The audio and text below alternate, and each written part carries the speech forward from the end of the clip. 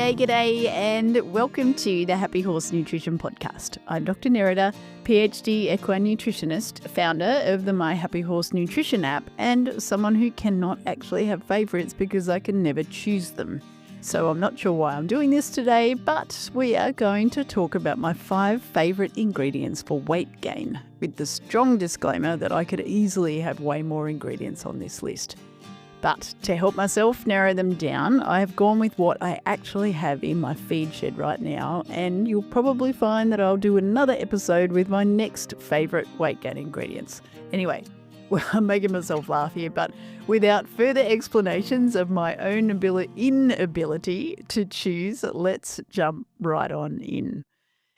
Hopefully you've managed to catch episode 57, which was a whole episode on feeding for weight gain and why just feeding more is not the solution to weight gain, because there's a whole lot of things that we need to consider when we're looking at a horse and trying to figure out what to feed them when they need to put on weight. So that episode went through essentially a 5-step process, and I'll just recap it super fast here for you. So the first step was figuring out what was causing the weight loss. Then we'd talk a heap about turning the hindgut into a fibre fermenting powerhouse, because you have to have the hindgut really healthy and pumping energy out from all the fibre that it's fermenting, and the microbes are fermenting in the hindgut, in order for a horse to have any chance of putting weight on in a sustainable way, and also in a way that they will be able to maintain over a long period of time. So, we can put weight on horses easily by feeding them, say high grain diets, but then once you stop feeding them those high energy ingredients, you'll find that they'll lose weight again really quickly because their hindgut is not set up to allow them to extract as much energy as possible out of the fibre. I talk about that in a lot of detail in episode 57. And then the last 3 steps were feed a balanced diet, feed high quality protein, and add high energy ingredients to the diet. And I make the comment in that episode that often those 3 steps will happen together, because you'll usually bring in a feed, or you can bring in a feed that does all 3 of those jobs. So it'll balance the diet, it'll bring in high quality protein, and it will bring in your high energy ingredients. So, when I say feed, I mean a fortified feed, or a pre-mix feed. We call them lots of different things all over the world, but a bag package feed that is meant to be fed to your horse at a certain amount per day. And there's lots of different feeds that are actually designed for putting on weight, to help horses put on weight. And you'll find that a lot of those feeds have got some of these ingredients that I'm going to talk about today. But the 5 ingredients I'll talk about today are ones that you can use in combination with one another, or you might already be feeding another feed and you want to add something in on top to help a particular horse to gain more weight. Now, it is so, as they say, horses for courses here. The ingredients that you choose will very much depend on who the horse is, what they're doing. Are they in work? Are they a lactating broodmare? So there's lots of complexities sometimes. There's lots of nuance in which ingredients we would choose. But pretty much the 5 ingredients I'm going to talk today, I'm going to make a big call here and say, aside from a horse that mightn't be able to have one of these ingredients for some random reason, you could use these 5 ingredients in pretty much any horse's diet that needs to put on weight. So top of the list is lucerne hay, which we also call alfalfa hay in lots of different parts of the world. And I was sitting here, scribbling my notes, and then I actually was just recapping episode 57 for myself whilst making dinner for my kids and I for tonight, to get a little bit ahead of the game while I was just had my headphones on and having this conversation with myself going, well, do I put lucerne in? Do I keep lucerne out? Because the foundation of every single weight gain diet is high quality forage. So you have to have high quality forage in a diet when you're wanting to put weight on horses. But sometimes there's not high quality forage available. So, for example, you may only be able to buy reasonably low quality grassy hay, or you may have your horses at pasture and you're having, a dry period, or just seasonally your grass has changed to be quite low quality at certain times of the year. So it's not always possible to just magically have high quality grassy forage as the base of a horse's diet, which would mean my favourite thing to do in those situations is to bring in lucerne hay. So it does form a very important part of the forage base of a diet. There's very few diets that I put together that don't have some amount of lucerne hay, but the amount varies. So the reason I was sort of going backwards and forwards with myself going, well, do I put it in as one of my favourite weight gain ingredients, or is it just inherently a part of the forage foundation of a horse's diet? And I guess it's both. For me, it's the first place I go when my hay or my pasture is not doing enough work for me in maintaining weight on horses. And I have spoken about it in previous podcasts, but when Alay and Breeze are the two horses that I have here who need that little bit extra feed. So Breeze is a very, very old mare. She must be getting close to 40. Because our vet, Doug, estimated she was in her mid-30s, and that was when we first got her, and that was about 5 years ago. So we've upgraded from saying she's in her mid-30s to she must be close to 40 now, because she's still here. So she's one that needs a little bit of extra feed, and then Alay, our off-the-track thoroughbred, who my daughter rides and competes. And I have to catch myself sometimes because, we'll be in the middle of winter as we are at the moment, or we'll be in drought conditions as we were a few months ago, and I'll be watching them and thinking, okay, they're at the point where I'm needing to put something extra in their diet to up their energy intake and put some more weight on them. And instinctively, I want to go for a feed, and then I'll catch myself and go, first step, lucerne hay. So I always bring in lucerne when I can catch myself and make myself do it as the first step towards increasing weight or even just maintaining weight in horses that I feel or I can see are already losing some weight. And it does such a beautiful job because it brings in lots of energy. It's quite high in energy. So legume forages don't get the amount of lignification that a grassy forage will get. So when grasses are very young, you notice that their leaves are really soft and they tend to flop over. And then when that grass wants to shoot up its seed head, it starts to bring in lignin, which is essentially wood. And the lignin gives the plant the structure, the ability to hold itself upright so that it can have its seed heads sitting up high, better chances for pollination and all those things that go along with plant reproduction. But the thing is, when lignin attaches itself to a fibre, that fibre is no longer digestible. It probably would be if it sat around in the hindgut for a week, but the amount of time the hindgut microbes get to break down the fibres in the hindgut, anything that's lignified is essentially indigestible. And legume forages don't lignify themselves to the same extent that grass forages do. So they tend to be higher in energy, and therefore they tend to be better weight gain ingredients than what a older grassy forage will be. And the other thing that it brings in is this beautiful protein. So lucerne is quite high in protein, like really, really super prime. Lucerne can be, 25% protein or more.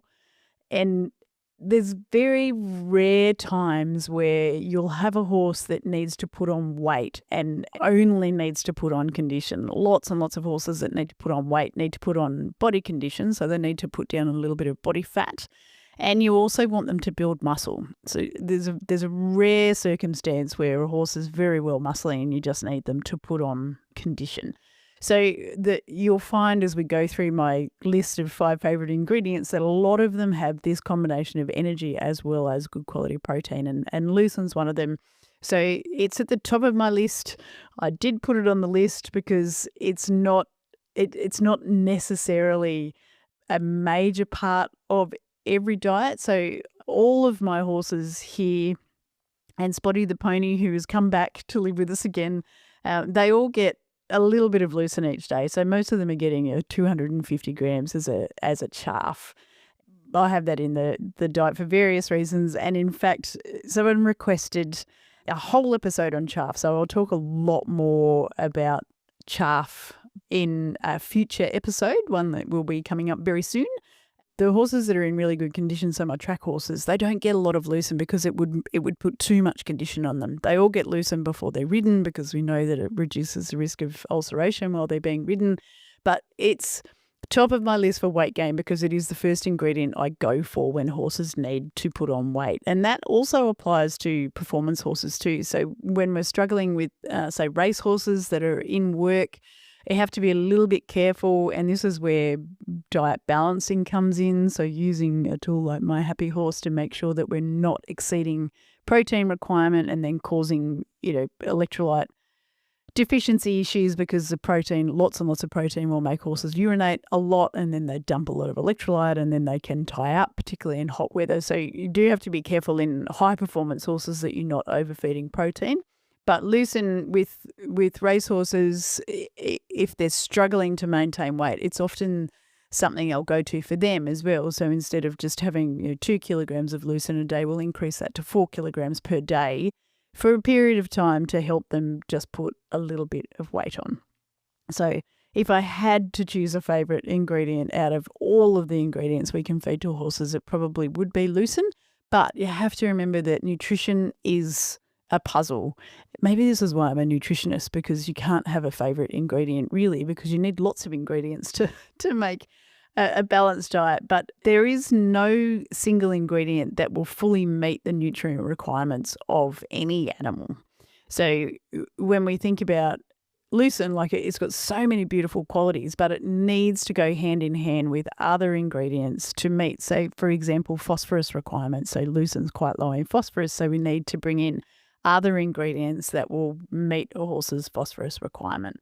So with puzzle building at the front of our mind, our next ingredient, my next favourite ingredient, and this is earns its place in position number 2, is full-fat soybean. So soybean, there's an episode, and I didn't write down its number, it's around 25, but don't quote me on that, about ingredient diversity. So if you search within the Happy Horse Nutrition podcast for ingredient diversity, it'll pop up for you. But I talk in that episode about the pros and the cons of soybean, because soybean's such an interesting ingredient. So in its raw form, soybean has got a multitude of what we call anti-nutritional factors, so things that will negatively affect the health of a horse and also negatively affect us as humans. And to feed it, it has to be heat treated, and it has to be heat treated at the correct temperature and for the correct amount of time to denature all of those anti-nutritional factors. So one of the anti-nutritional factors it has is called trypsin inhibitor. And trypsin is a protein digesting enzyme. So it's like a little pair of scissors whose specific job it is to go around and cut up protein into its single amino acid units so that the amino acids can be absorbed and then used by the horse to build protein and repair organs and do all the things that protein does in the body. But if you feed raw soybean, there's this trypsin inhibitor, which is kind of like a piece of string that wraps itself around the end of the pair of scissors and stops the trypsin enzyme from cutting up protein. And I have seen horses that have been fed raw soybean in the form of soybean hulls that had not had any heat treatment, and these horses looked like tents.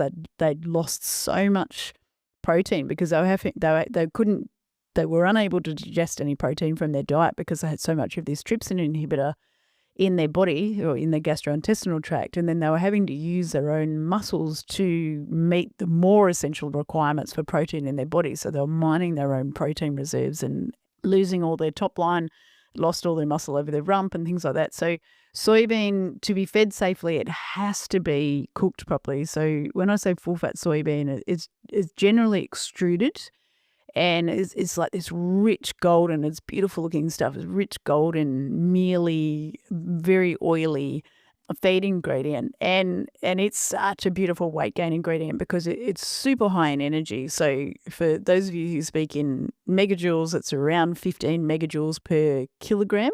For anyone who speaks in megacals per pound, which is such a foreign language to me, I have to convert everything and then go, that doesn't make sense. But it's 1.63 megacals per pound of energy, which to me doesn't sound very impressive. But if that is your unit that you're used to, it'll hopefully feel quite high to you.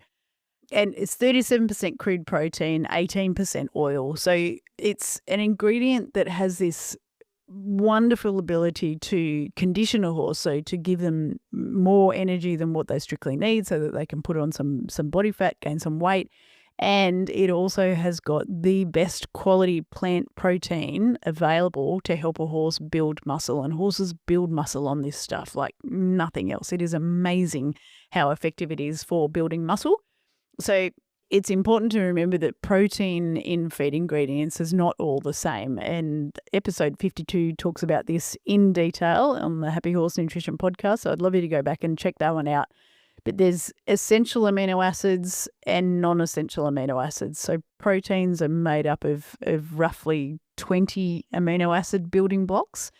The combination and types of amino acids that are in different proteins varies from plant source to plant source. And soybean is known as the highest quality plant protein available. And because it's got so much of the essential amino acids a horse really needs, it supports muscle building really well. So when we bring full-fat soybean in, we're bringing all this energy in, and we're also bringing in this really, really high-quality protein. At the moment, I haven't been able to buy my full-fat soybean for, it must be about 6 weeks now. And my feed store has got soybean meal, and I've gone and looked at it a couple of times, and it's crazy. Like I know that it is, got a very high chance of being safe to feed, but I don't know this particular soybean meal. And so I haven't been game enough to buy it, and I've literally just jumped online and ordered a soy test kit, which is a colour reaction, and you just take a little bit of the soybean, whatever the soybean product is, so it could be soybean hulls, soybean meal, full-fat soybean, and drop this liquid on it that's in the soy test kit.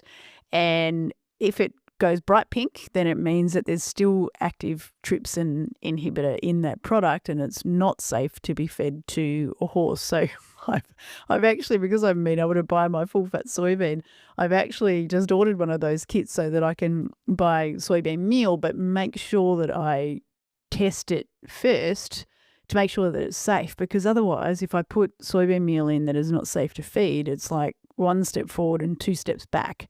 You're putting protein in, you're putting some energy in, but because if it's still got active trypsin inhibitor, it will actually block protein digestion, and then we're 2 steps back. We would have been better off not having it in the diet in the first place. So it's a handy little tool. I will drop the link to the kit in the show notes. So if anyone's thinking, I'd really like to have one of those, if you're using any soybean based feed, it is a good idea to just test and keep an eye on the quality of the soybean that's being used. But yes, my usual full-fat soybean, absolutely love the stuff. I'm feeling a little bit lost without it, and am really feeling it in the diets, especially for a lay, how off the track. And I don't know whether it's just me imagining it, but I'm looking at her going, far out, like you haven't had soybean for so long, and I swear that she's starting to just drop muscle a little bit, which I don't want her to do, because we had her so beautifully muscled.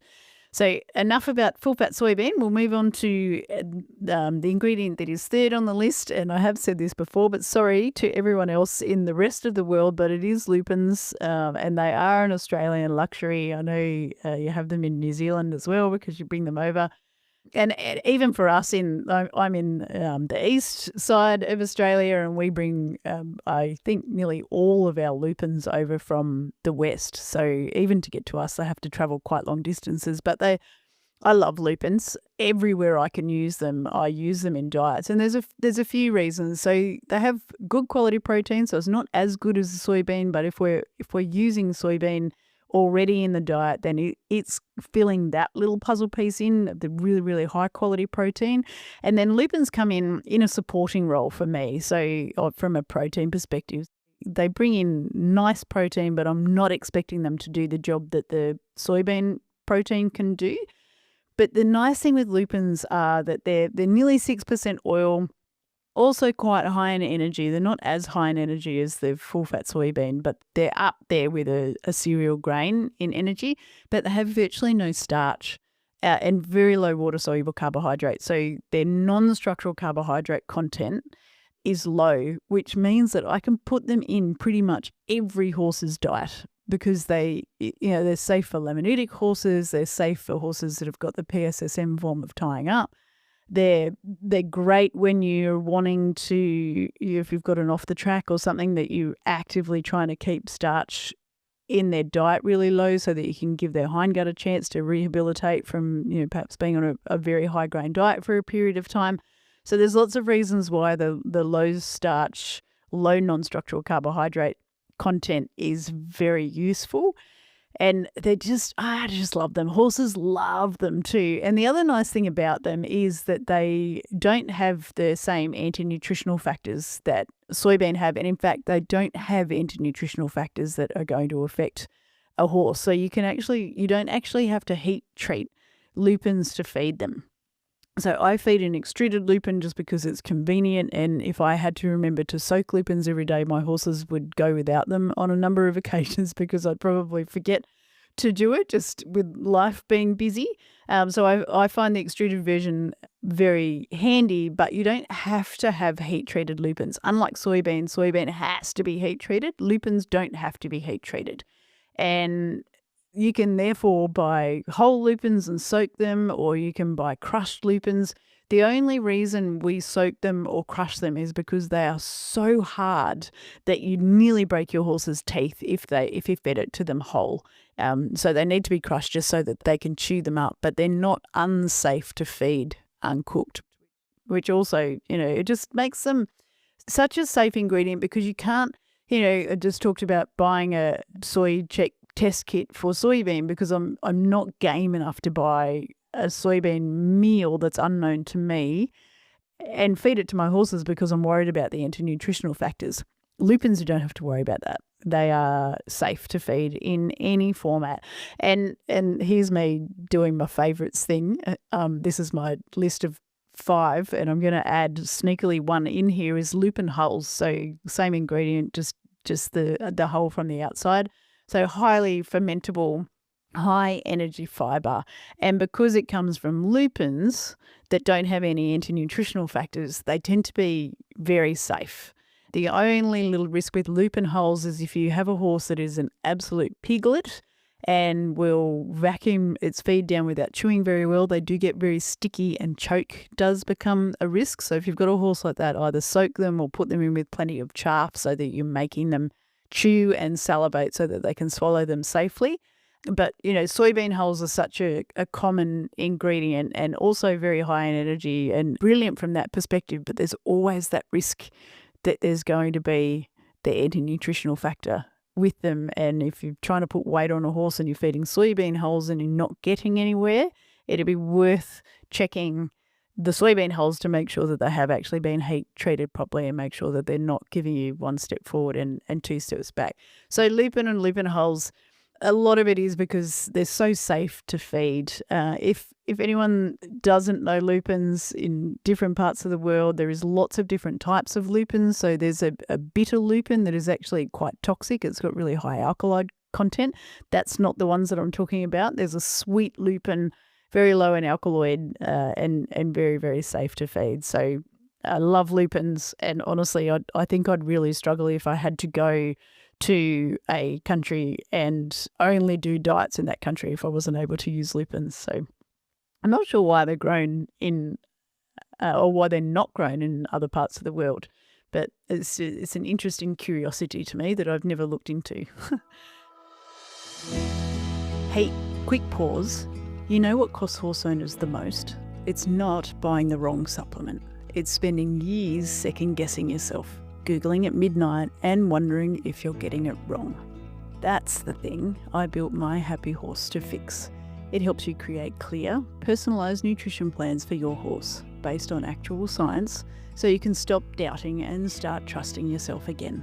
Find it at myhappy.horse or on the App Store.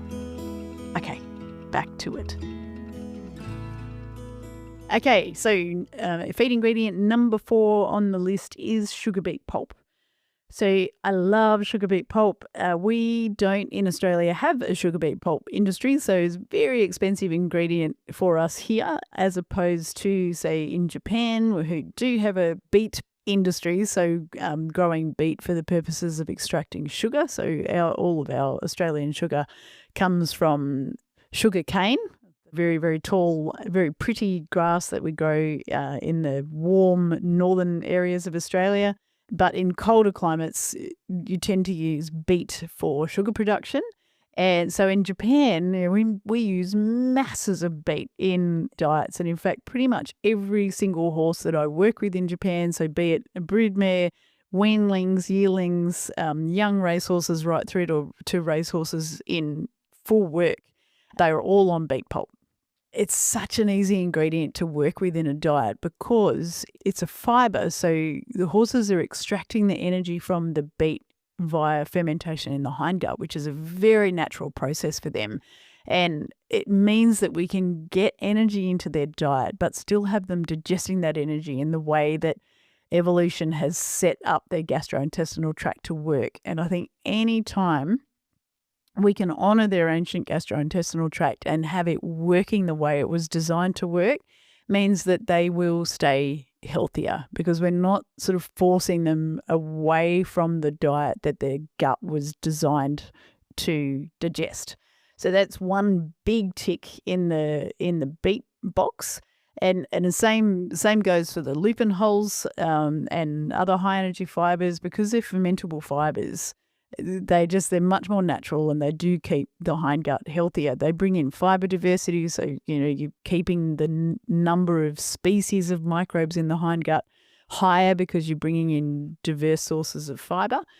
And the other thing about beet is it's a little bit of a blank slate. So it's got lots of energy. So, in terms of energy, think of it as being equivalent to oats, but it's not a cereal grain. So you're able to feed, because cereal grains are our classic high energy ingredient, and I will talk about them briefly in a minute, but they're our classic go-to for weight gain diets. So if you need to put weight on a horse, you would classically go to something like oats or a cooked grain.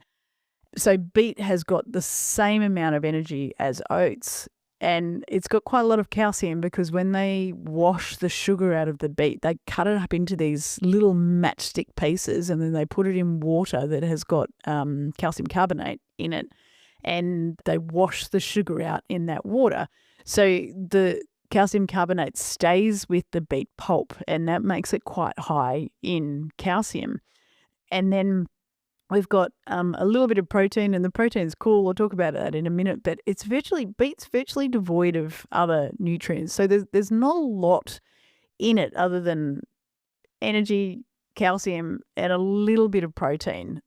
It means that when you want to bring in energy, you're really just bringing in energy and calcium, which you do have to be cautious of if you're already feeding lots of high calcium ingredients. But it's different to, say, lupins or the full-fat soybean. If we were wanting to bring in more energy and we only had those two ingredients, we would hit our upper protein threshold really quickly, because in bringing in energy with those two ingredients, we're bringing in lots of protein, which is what makes them so useful in weight gain diets, because we want that protein, but there's also a limit to how much protein we want to put in a diet. I wouldn't, for example, if I had a horse that was, needing 3 to 4 kilograms of hard feed a day to put on weight, I wouldn't just feed lupins and soybean as that amount of feed. You would do the job from a calorie perspective for sure. You would get enough energy into them, but their protein intake would be so high. And in hot weather, that can be problematic. In stabled environments, that can be problematic. And I give myself ideas for podcasts for the future when I'm doing podcasts. So I will have to do one on the downsides of having too much protein in the diet. But this is part of the thing that makes beet so useful, is you can bring in energy without bringing in a whole lot of other stuff. And there's not many ingredients that let us do that are not cereal grains. And the other cool thing with beet is that it's around 9% protein. So it doesn't have a lot of protein. It's similar again. So it's similar energy to oats, and it's also similar protein content to oats. But if you look at the protein makeup, so the amino acids that sugar beet pulp contains, it's actually pretty cool. So if you compare it side by side to a 9% protein oat, the beet is higher in essential amino acids, lysine and threonine, which are two of the three most limiting amino acids. And then it's also higher in isoleucine and valine, which are two of the branched chain amino acids. So you would never feed beet pulp as a protein source ever. You would never, ever bring beet pulp in if you wanted to add protein to a horse's diet. But if you've got a horse that's needing to gain weight, and as part of that gaining weight, you're wanting it to put on muscle, and using beet pulp, you're bringing in small amounts of protein, but it's actually quite high quality protein, or at least higher in quality than what you would bring in if you were using a cereal grain. And so it's an interesting, curious little feature of beet pulp that I really love about it.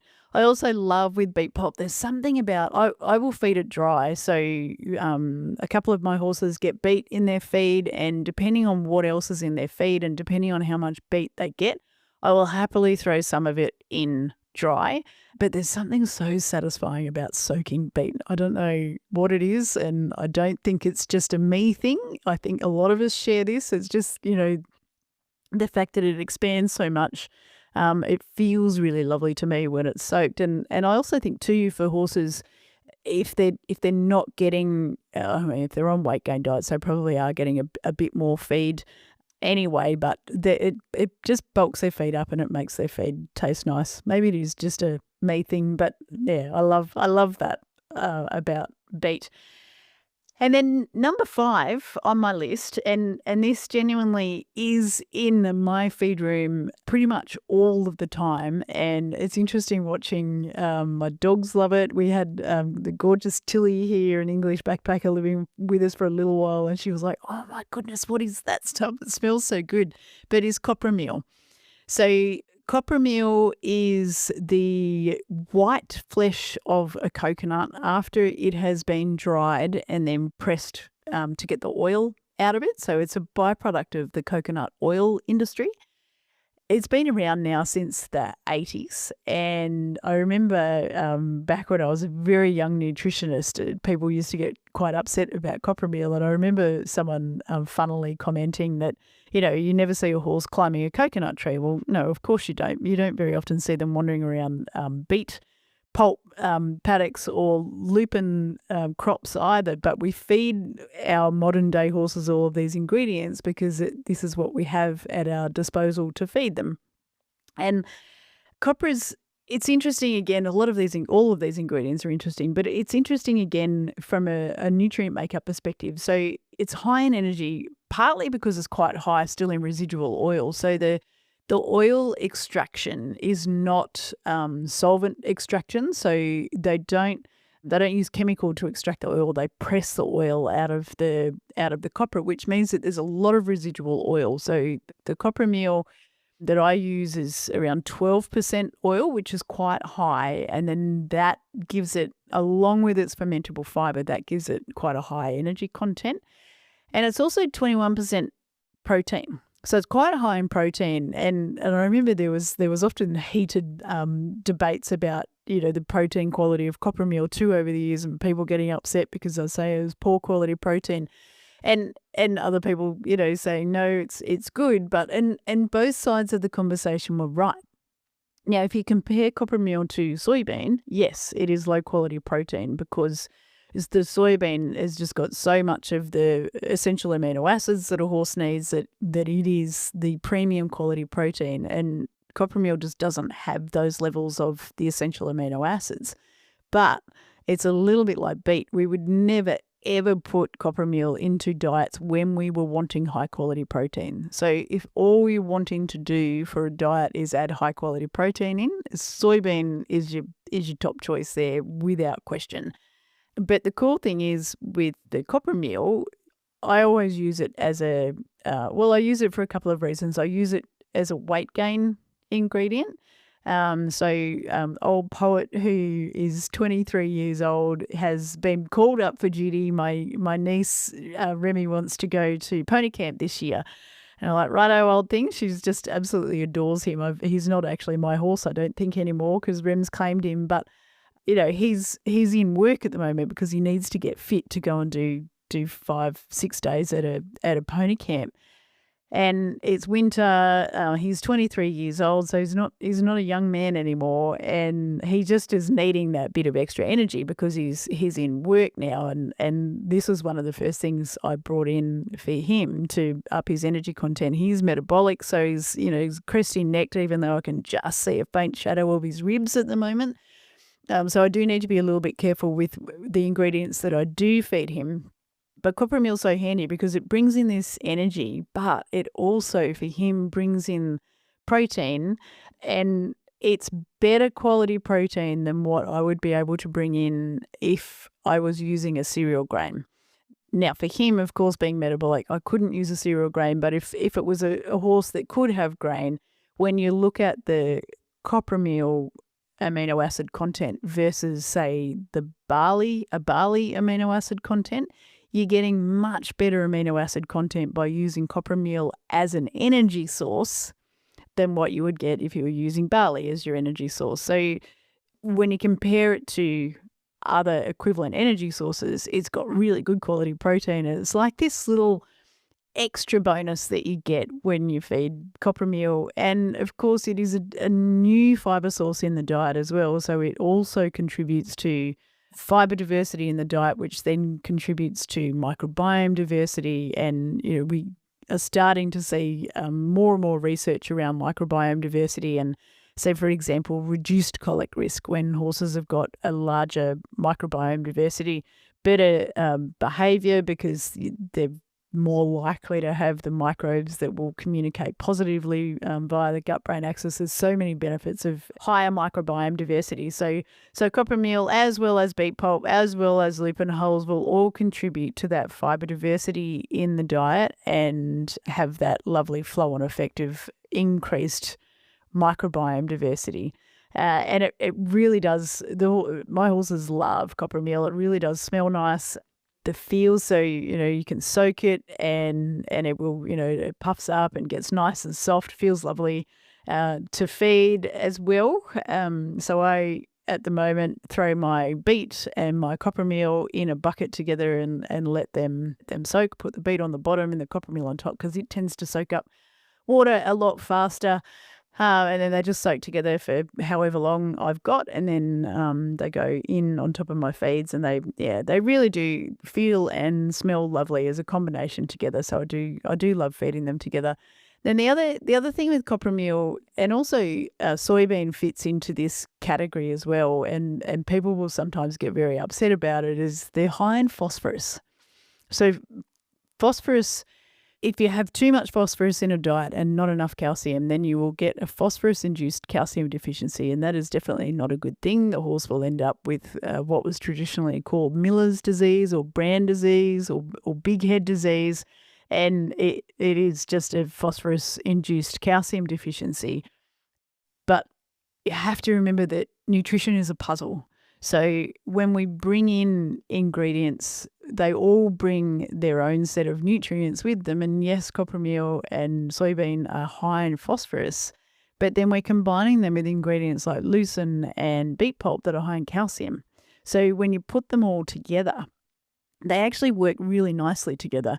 And in fact, if we didn't have some ingredients that were high in phosphorus, we would really struggle to meet a horse's phosphorus requirement. So I look at the high phosphorus content of soybean and copra meal as a good thing. Phosphorus is actually hideously expensive. So when I'm doing commercial feed formulations, so recipes for commercial products that you would then buy as bag products from your feed store, phosphorus is one of the most expensive ingredients to bring into one of those bagged products. So if I can get phosphorus from a natural source, it means that I can keep the rations a lot cheaper than they otherwise would be. So if I was doing say a lucerne and beet pulp based ration, I would have to bring in a heap of mineral phosphorus to balance the calcium phosphorus ratio up, as opposed to if I was using soybean and copra meal and other high phosphorus ingredients in amongst them, then that would bring my phosphorus in for me, as well as other nutrients that those ingredients bring with them. So the high phosphorus content of copra meal is a positive thing because it allows me to balance up the high calcium nature of the lucerne and the beet.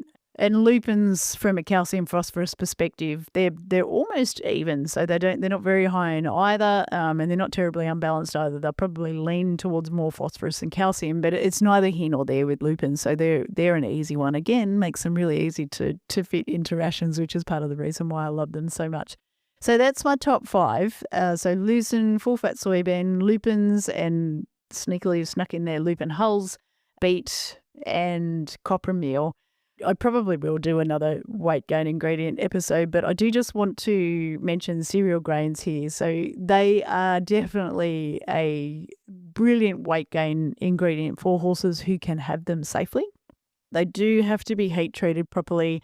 So with the exception of oats, every cereal grain needs to be heat treated properly so that the horses can actually digest them safely.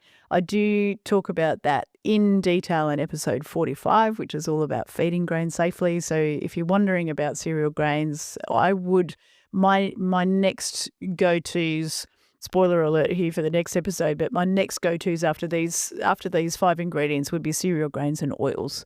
So yes, they definitely are, and especially if it was a performance horse doing quite hard work. So, polo horses, polo cross horses, race horses, anything that is working quite hard, eventers, endurance horses, they can definitely benefit from cereal grain in their diet, and oils, of course, being the highest energy ingredient, have a place up there as well for weight gain ingredients. So I'm sure you all noticed what I just did is add another couple of ingredients onto the end of my top 5.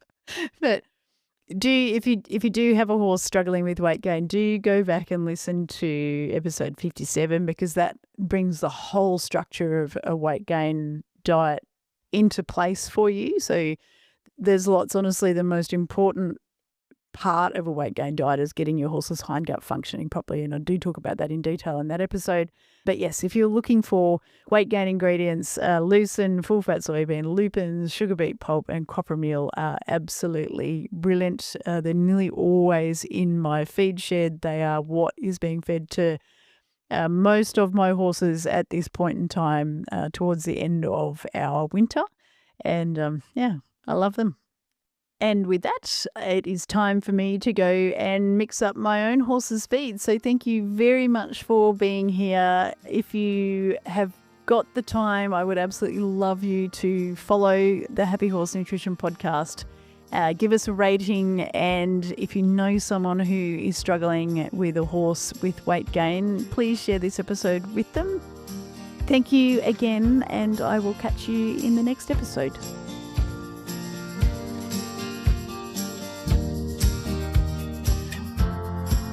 If you'd like to know more about the My Happy Horse Nutrition app and how it can help you create personalised nutrition for your horse, grab the download link straight from the show notes, or head over to myhappy.horse.